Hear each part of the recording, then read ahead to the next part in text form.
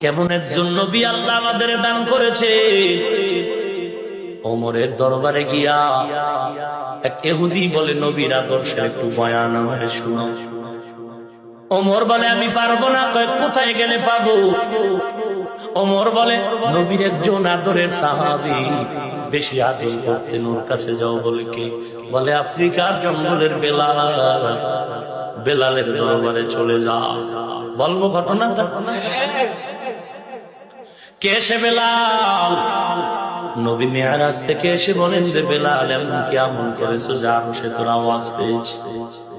বেলাল বলে, পয়গম্বর, আমার কোনো আমল ভালো নেই, তবে আমি একটা দাইমি আমল করি রে নবী। ওযু করার পরে 2 রাকাত তাহিয়াতুল ওযু নামাজ আদায় করি। قال النبي صلى الله عليه وآله وسلم أحب الأعمال إلى الله أدومها وإن قل। নবী বলেন, ওই আমল আল্লাহর দরবারে দামি যেটা সব সময় করে, যদিও আমল ছোট, সব সময় আমল করলে একটা পাওয়ার আসে, পাওয়ার। কে সে বেলাল? আমার নবী মক্কা বিজয়ে বাইতুল্লাহর কিনারায় হাতে লাঠি দিয়ে মূর্তিগুলো ভাঙ্গে আর বলে, আলী, বড় বড় মূর্তিগুলো ভেঙ্গে ফেলায়। আজ আমার দিলটা বড় খুশি, কারণ এই মক্কায় আমি মন ভইরা 1 রাকাত নামাজ পড়তে পারি না। আমি মক্কার কাছে এসে একটা মন ভরে সিজদা দিতে পারি নাই রে আলী। আমার বংশের লোকেরা আমারে কত আঘাত করেছে রে। আজ আমার এই মক্কার দিন বড় আনন্দের দিন, আমি স্বাধীন করেছি। মক্কার মূর্তিগুলো ভাঙ্গা জমজম পানি দিয়া পবিত্র বানায় দাও। আজ আমি মনের খুশিতে জোহরের নামাজ জামাতে আদায় করবো আজকে আমার সাথী। আমার নবী লাঠি হাতে নিয়ে মূর্তিগুলো ভেঙ্গে ভেঙ্গে ফেলায় দেয়, আর আমার আশেকে রাসূলেরা পীর বাবার ছবি গলায় নেয়, আর ঘরের আলমারির মধ্যে বাঘ ভাল্লুক আর বানরের ছবি দিয়া শোকেস বোঝাই করে রেখেছে। নবী মূর্তি ভেঙে দেয়। মুসলমান, নবীর আশেক মূর্তি ঝুলাও। কোথায় নবী আর কোথায় তুমি? এরে নবীর উম্মতের দল, আমার নবী আজ খুশি, আবার চোখে পানি, খুশির কান্না, কারণ এই মক্কা থেকে বড় কষ্ট করে গেছে। মদিনায় যাওয়ার আগের 3টা বছর বড় কষ্টের ছিল আমার নবী। মাঝে মাঝে আম্মা জান আয়েশা বর্ণনা দেয়, দেখতাম আমার হুজুরের পাশে বৈশা নবী মাঝে মাঝে গুনগুন গুনগুন করে কান্না করে। আম্মা জান আয়েশা বলতেন, আমি জিজ্ঞাসা করলাম, নবী, আমি আয়েশা আপনার পাশে, আপনি কেন কাঁদেন? নবী বললেন, আয়েশা, তুমি জিজ্ঞাসা করবা না, আমার দুঃখের দিনের কথা মনে পড়লে চোখের পানি ধরে রাখতে পারি না। নবী, আপনি কেন কাঁদবেন? নবী বলেন, আয়েশা, তুমি আমার সুখের দিনের বিবি, কিন্তু আমার জীবনটা সুখের নয়।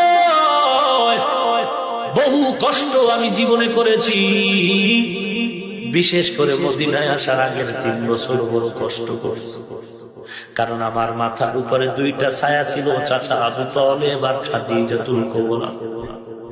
এরা যখন চলে গেল, ইন্তেকাল হয়ে গেল, কওমের লোকেরা আমার উপরে অত্যাচারের অবস্থাটা বাড়ায় দিল। আমি খাদিজার কথা যখন মনে আইসা যায়, ও আয়েশা, আমি চোখের পানি ধরে রাখতে পারি না।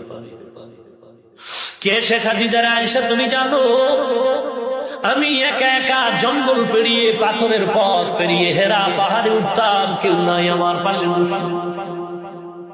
আমি ওই পাহাড়, এখন সিঁড়ি আছে, এসি আছে, উপরে দোকান আছে, তখন তো কিছুই নাই। নবীজি বলেন, আয়েশা, আমি একা একা গিয়া ওই পাহাড়ের উপর উঠা নেমে আমি কাবার দিকে ফিরে আল্লাহর ধ্যানে কাটাই। 1 দিন 2 দিন 3 দিন 1 সপ্তাহ পর্যন্ত আমি বাড়ি যাইতাম। মাঝে মাঝে তাকায় দেখতাম ওই খাদিজাতুল কুবরা মহিলা মানুষ জঙ্গলের পথ পেরিয়ে, পাথর পেরিয়ে, এত বিশাল উঁচু পাহাড় বেয়ে বেয়ে উঠবে। ওই আমার বিবি খাদিজা দেখতাম আমার পাশে গর্তে নেমে নাস্তা নিয়ে হাজির হয়ে গেছে। ওরে আয়েশা, শুধু তাই না, আমি পেটে পাথর বেঁধে মানুষের কাছে কাছে ঘুরে ঘুরে কালেমার দাওয়াত দিতাম। একদিন দুদিন তিন দিন পরে ঘরের দরওয়াজায় এসে দাঁড়াইতাম, সালাম দাও মাত্র দরজা খুলে যাই। আমি দেখতাম আমার সহধর্মিনী খাদিজা দাঁড়ায় আছে। আমি একদিন বললাম, ও খাদিজা আপনি কি ঘুমান না? খাদিজা চোখের পানি ছেড়ে বলেন, ও পয়গম্বর, আমি দুইজন স্বামী বিদায়ের পর আপনাকে কবুল করেছি রে পয়গম্বর।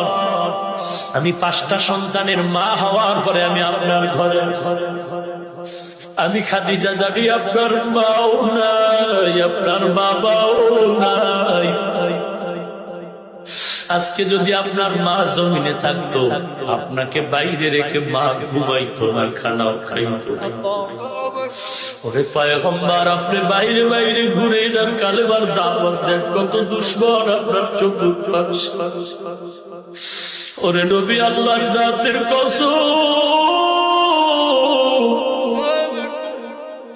আমি জানি আপনি মা মা বলে জীবনে একটা ডাকও দিতে পারেন নাই।